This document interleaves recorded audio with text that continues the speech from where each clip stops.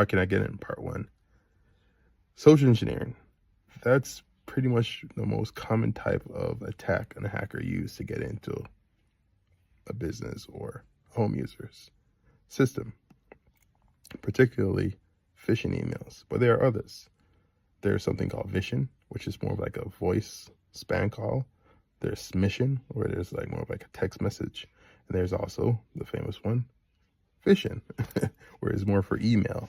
But all these usually have the same signs. They usually be something that needs you to act now or needs you to give some information or click on the link. Just pay attention to those emails, and if you do see them, or text message or voicemail, if you do see them, don't share any information. Try to avoid them as possible. Block them if they're a text message or voice, and if they're email, go ahead and delete them or report them to your IT person. Once again, this is another video with any IT support.